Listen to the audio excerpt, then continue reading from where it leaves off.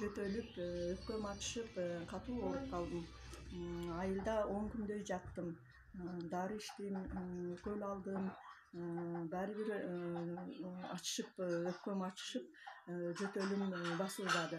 Анан кызым Назик келиңиз апа, ошко келиңиз деп чакырды. Балдарым дагы ошко барыңызчы деп жөнөтүштү, өпкөңүздү тарттырыңызчы деп.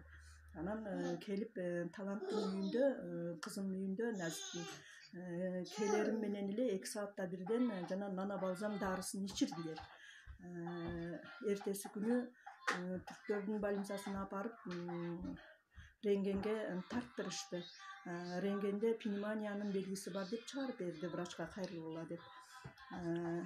Анан Асира Абдуласовна деген врач эжеден Талант консультация алды.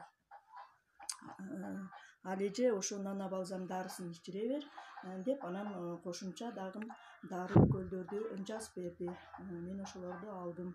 Нана балзам дарысын ичтим.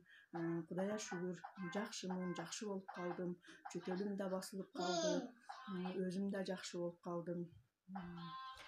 Ушул дарыны элге таратып иштеп жаткан тургундарга чоң рахмат. Мага жакшы жардам берди. Асира Абдуласовна, сизге чоң рахмат айтам. Жакшы консультация бердиңиз.